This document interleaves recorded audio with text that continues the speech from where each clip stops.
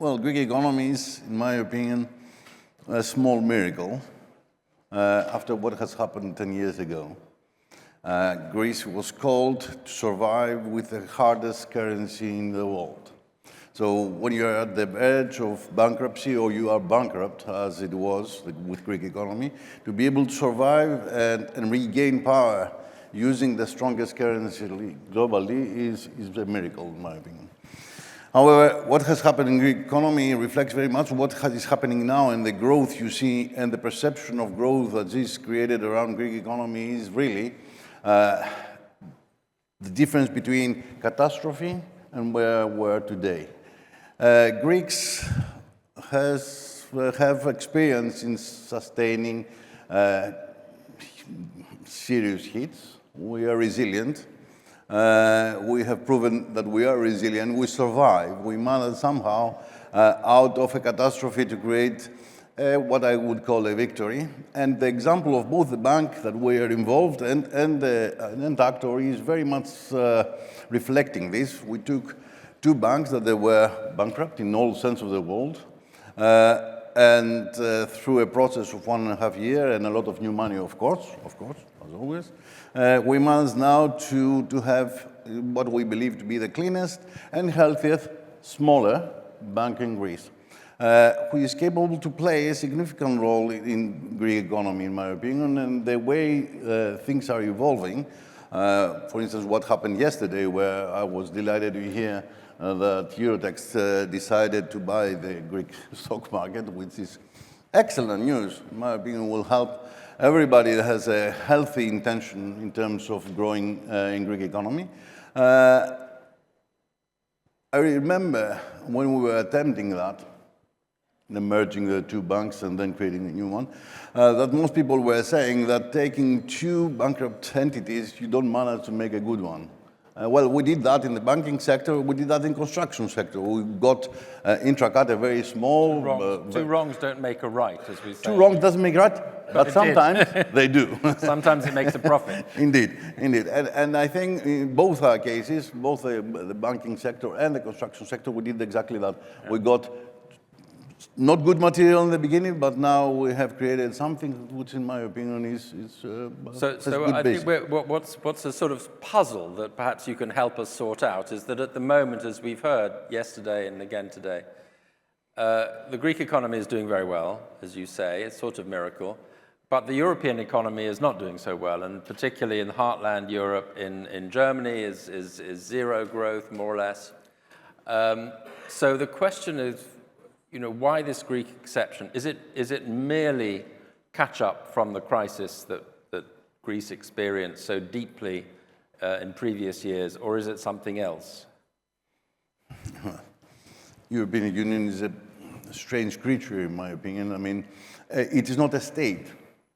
So in a union, in any union in the world, USA, for instance, you wouldn't expect that you'll see one state so much different than the others. But the European Union is built in that. I will remind you that when the crisis struck, it was our problem to solve it. When tax were on our border, it was our problem to solve. When COVID hit European Union, it was a European problem to solve. So on the back of this strange concept of using the same currency, but when things are getting wrong, moving away from a common target, what has happened with Greek economy was, in my opinion, reflecting this behavior.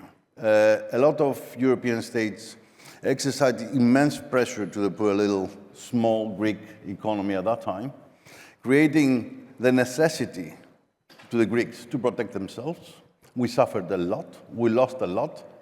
But now, when we are recovering, we recovered because of the crisis that came from external, in my opinion, parameters like the war in Ukraine. We were not dependent so much as other states to Russia. Okay.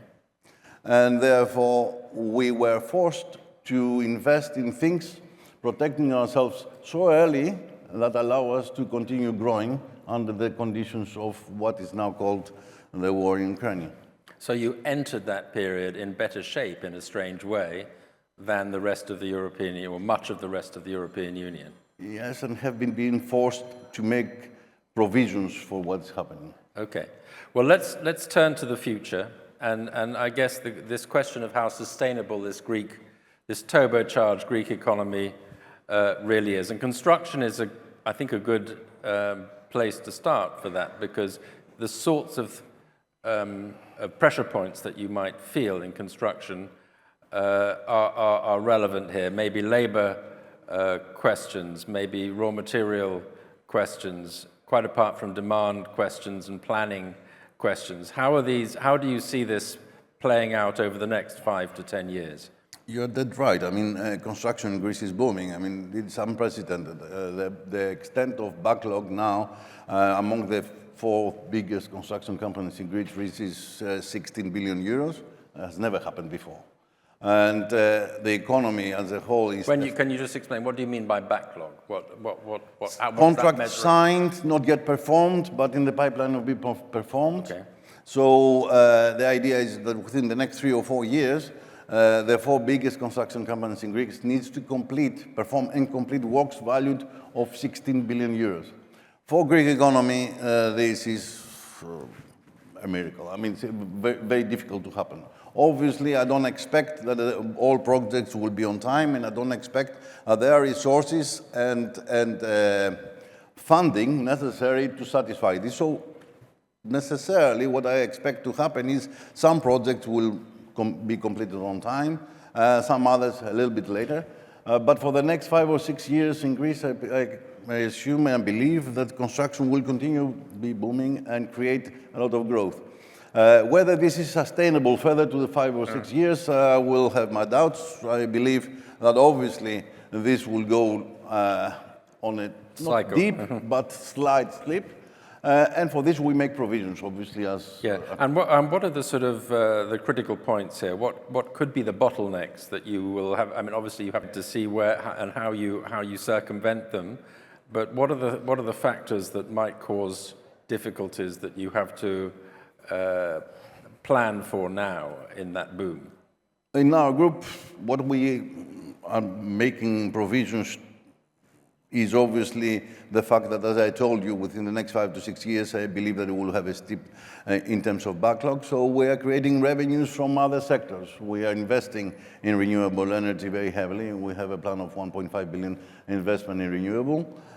We have acquired now the biggest package in concession contracts in Greece, which, because it relates to projects that the construction risk has been over, it really generates income for the future in order exactly to protect our cash flow and our ability to be strong when the backlog will not be as high as it is now.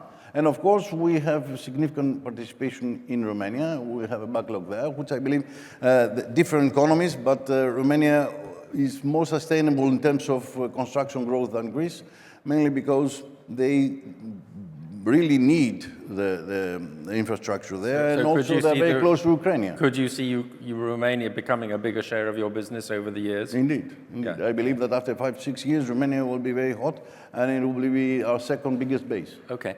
And in terms of a vision for Greece, do you think Greece really has, the recovery is remarkable, as you've described. The next few years look good, but what about the longer-term idea of how Greece positions itself and the sustainability of this outsized growth?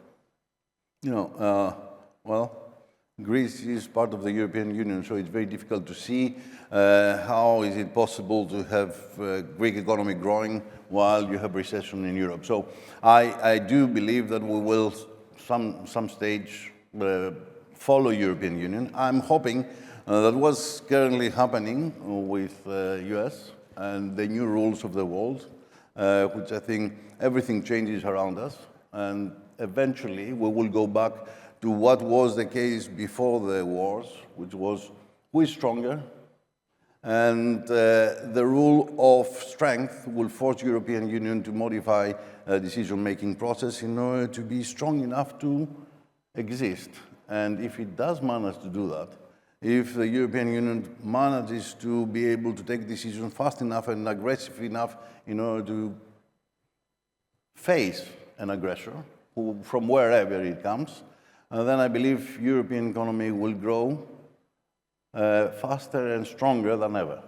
If they fail to do that, I am very pessimistic as to what will happen to Europe and therefore Greece as well. So if I were to sum up, you can tell me if this is a fair description. Next couple of years, you have momentum. Greece is very strong with a pipeline of business. Over the slightly longer period, you also have expansion possibilities in the neighborhood, in Romania in particular.